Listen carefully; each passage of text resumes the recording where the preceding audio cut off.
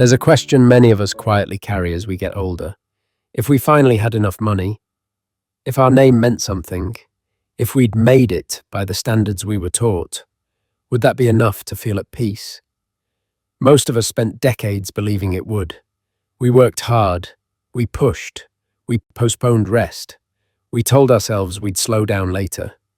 That happiness would arrive once things were settled. But somewhere along the way, often in our 50s or 60s, we notice something unsettling. The finish line keeps moving, and the sense of arrival never quite comes. Years ago, researchers at Harvard University began asking a very different question. Not what makes people successful, but what actually makes life feel good at the end. In 1938, they started following the lives of more than 700 people. Some came from privilege, some from deep hardship.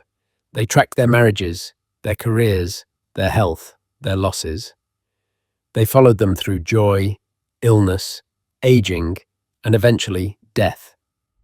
Decades passed, entire lifetimes unfolded, and when the researchers looked back, really looked, something unexpected became clear. The things we're taught to chase so relentlessly, money, status, achievement, didn't reliably lead to happiness later in life. Some people had all of that, and still felt empty. Others had far less, and yet aged with warmth, clarity, and peace. What separated them wasn't luck, it wasn't brilliance, it wasn't even circumstance. It was how they lived quietly, consistently, over time. And most of what mattered wasn't dramatic at all. How we meet pain, one of the clearest patterns, had to do with suffering. Because no matter who you are, life brings loss, disappointment, illness, regret. That part is universal. The difference showed up in how people responded. Some became hardened by it. They replayed old injuries. They carried bitterness like proof of having been wronged. Others didn't escape pain, but they learned how to hold it. They found ways to express it, sometimes through creativity, sometimes through humor, sometimes by turning outward, helping someone else who was struggling.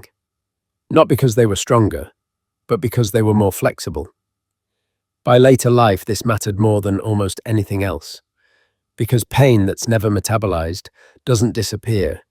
It settles into the body, into posture, into tone, into the way someone looks at the world. By our 50s and 60s, we're no longer deciding whether pain will visit us. We're deciding what kind of companion it becomes. Keeping the mind alive. Another quiet difference showed up in how people treated their minds. Not intelligence, not degrees, curiosity. The people who stayed mentally alive kept learning, not to impress anyone, but because it kept them engaged with life. They read, they picked up new skills, they learned languages late in life. They asked questions, even when no one was grading them anymore. It wasn't about productivity, it was about participation.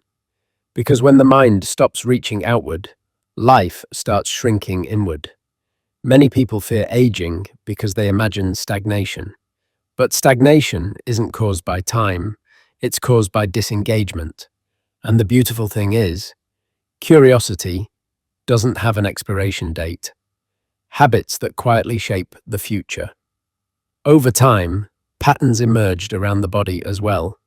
Not perfection, not discipline for discipline's sake, but awareness. Certain habits didn't show their cost right away. They seemed manageable, even comforting. But over decades, they narrowed lives. Smoking, excessive drinking, long periods of neglect. Not because these choices made people bad, but because they slowly eroded agency. Happiness, especially later in life, turned out to be deeply connected to one feeling.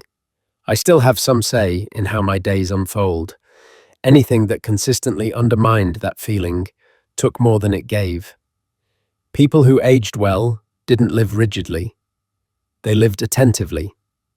They noticed when something that once helped had begun to harm. And they adjusted, not perfectly, but honestly. The quiet power of relationship. Perhaps the most consistent finding was also the simplest. The people who were healthiest and most content in their later years were rarely the most impressive on paper, but they were rarely alone inside their relationships.